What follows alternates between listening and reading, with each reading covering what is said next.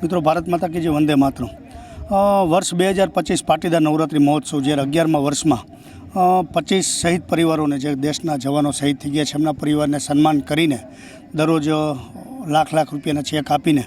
25 લાખ રૂપિયા તેમજ મોરબીના ખેલૈયાઓ માટે જે આજે પાટીદાર નવરાત્રિ જે આ વર્ષનું જે આયોજન હતું, જે હટકે આયોજન હતું, અને આઠમની મહાઆરતી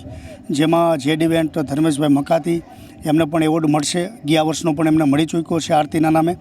અને સનાતન નવરાત્રિમાં જે પ્રથમ વર્ષ હતું છતાંય અમે જે વિચાર્યું નહોતું કે ન ભૂતો ન ભવિષ્યથી એ પણ એવી નવરાત્રિ, સનાતન નવરાત્રિ મોરબીના ખેલૈયાઓનો ખૂબ ખૂબ આભાર માનું છું। અને તેમજ મા ઉમિયા, મા જગદંબા, મા અંબાની દયા કે ક્યાંય કોઈ પણ જાતનો અનિચ્છનીય બનાવ ન બન્યો, તેમજ મોરબીની જે પોલીસ પરિવાર છે અહીંયા પણ ખડે પગે રહી છે અને ત્યાં સનાતન નવરાત્રિમાં પણ ખડે પગે રહી છે, એમનો પણ હું દિલથી ખૂબ ખૂબ આભાર માનું છું। અત્યાર સુધી 288 શહીદ પરિવાર અને 4 કરોડ રૂપિયા પૂરા, કદાચ 1-2 લાખ રૂપિયા પ્લસ માઇનસ નીકળે પણ 4 કરોડની આસપાસ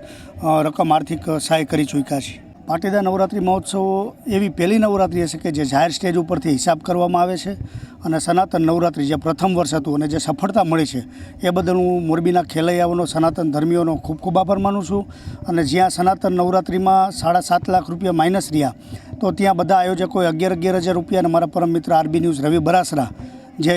ત્યાં એન્કરિંગનું સંભાળતા હતા એને પણ 51,000 રૂપિયા, અને મેં પોતે 2,51,000 રૂપિયા આપીને સનાતન નવરાત્રિનો હિસાબ 0-0 કર્યો છે। અને પાટીદાર નવરાત્રિમાં આ વર્ષે 29,50,000નો જે પ્રોફિટ થયો છે એમાં 25 લાખ રૂપિયા આપણે શહીદ પરિવારને આપી ચૂક્યા છીએ। બાકીની જે 4 લાખ રૂપિયા છે આગામી દિવસોમાં કોઈ ગૌશાળા કે કોઈ જ્યાં આપવામાં આવશે તો આપના મીડિયાના માધ્યમ થકી આપને હું સંદેશો પહોંચાડીશ।